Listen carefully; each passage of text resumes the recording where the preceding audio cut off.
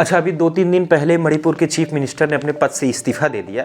इसकी मांग बहुत दिनों से चल रही थी और एक मांग ये भी थी कि मणिपुर में राष्ट्रपति शासन इम्पोज कर दिया जाए, लागू कर दिया जाए, क्योंकि ऐसा लग रहा था कि जो वहाँ के चीफ मिनिस्टर है, वहाँ की राज्य सरकार संविधान के अनुरूप कार्य करने में विफल है। और अंततः प्रेसिडेंट रूल लागू कर दिया गया। राष्ट्रपति महोदया ने वहाँ पर प्रेसिडेंट रूल लागू कर दिया गया। अब मैं आपको एक चीज़ बताना चाहूँगा कि ये प्रेसिडेंट रूल जब लागू होता है किस आधार पर लागू होगा और क्या क्या उसमें हमें राज्य सरकारों से अलग देखने को मिलेंगे, और साथ ही साथ मणिपुर में समस्या क्या है वो भी जानना चाहिए।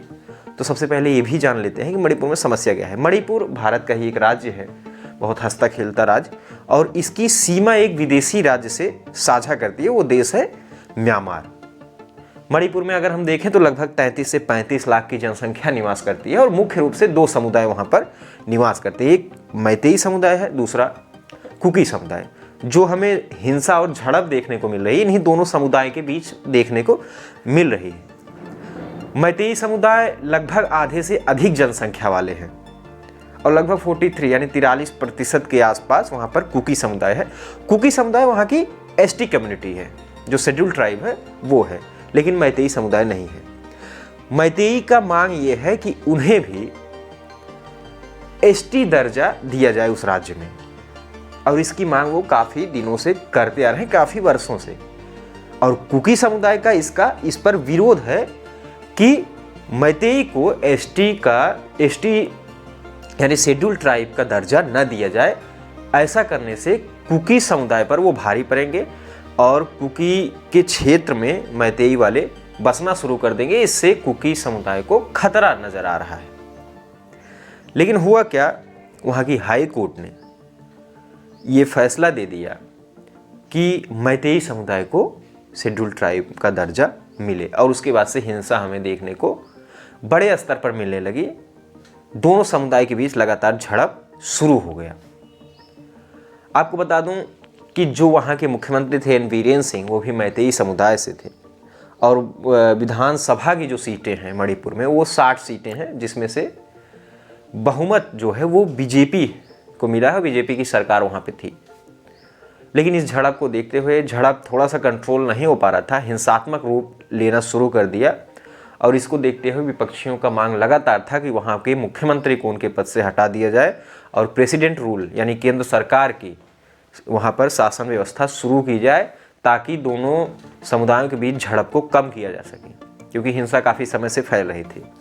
इस पर केंद्र सरकार की काफ़ी आलोचना भी हो रही थी, क्योंकि राष्ट्रपति शासन नहीं लागू किया जा रहा था, तो इससे विपक्षियों के द्वारा काफ़ी आलोचनाएं केंद्र सरकार को झेलनी पड़ रही थी। और अंततः एक चीज़ मैं आपको बता दूं कि जब चीफ मिनिस्टर ने इस्तीफा दे दिया तो इसके बाद ये लग रहा था कि अब प्रेसिडेंट रूल लागू होगा, क्योंकि कोई ऐसा नेता नहीं आ रहा था सरकार बनाने के लिए कि वो सरकार बना पाए। और अगर हम देखें तो भारतीय जनता पार्टी के ही कोई व्यक्ति आते, कोई नेता आता जो सरकार बनाता, लेकिन वहाँ से कोई आया नहीं। तो ये लगभग तय था कि एक बार राष्ट्रपति शासन लागू होगा मणिपुर में, और वो अंततः हुआ भी। अच्छा, मणिपुर में राष्ट्रपति शासन लगभग 11 बार लगाया गया है। एक बार तो 2 वर्षों से अधिक का राष्ट्रपति शासन वहाँ पर लगा है। राष्ट्रपति शासन आप जानते हैं भारत के संविधान की एक प्रावधान है जो अनुच्छेद 356 में वर्णित है। राष्ट्रपति शासन किसी राज्य में लगाया जाता है जब ऐसा देखा जाता है कि वहाँ की राज्य सरकार संविधान के अनुरूप कार्य करने में विफल है, संविधान के अनुसार कार्य नहीं कर पा रही है, वहाँ पर सरकार चलाना बहुत मुश्किल है।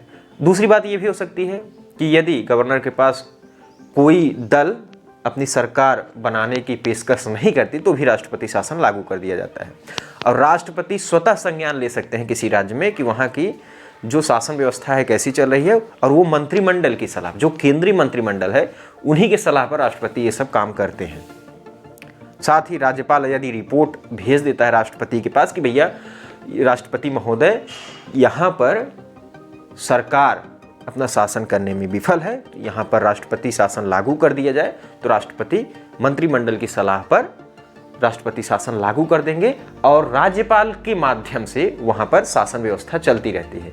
जब राष्ट्रपति शासन लागू हो जाएगा तो जो हमारी संसद है, संसद वहाँ की विधायिका के रूप में भी काम करेगा, जो वहाँ के राज्य के राज्य सूची के विषय हैं उस पर भी हमारा संसद कानून बनाएगा। संसद वहाँ के कानूनों को निरस्त भी कर सकता है, क्योंकि बहुत सारे पावर आ जाते हैं सीधे यहाँ पर संसद के पास। एक चीज़ मैं आपको बता दूँ, जैसे राष्ट्रपति किसी राज्य में राष्ट्रपति शासन इम्पोज कर सकते हैं, लागू कर सकते हैं, लेकिन 2 महीने के भीतर उन्हें संसद से ये चीज़ अनुमोदित कराना होगा, संसद के दोनों सदनों से पारित कराना पड़ेगा कि राष्ट्रपति शासन वहाँ उस राज्य में लगाया जाए। और इसको अनुमोदित करने के बाद लगभग 6 महीने तक राष्ट्रपति शासन लागू होगा। उसके अगले 6 महीने के लिए फिर से संसद के द्वारा अनुमोदित कराना होगा, तभी राष्ट्रपति शासन लागू किया जा सकता है। ये प्रक्रिया 3 साल तक लगभग चल सकती है, 3 साल तक चल सकती है। राष्ट्रपति शासन किसी राज्य में लागू किया जा सकता है।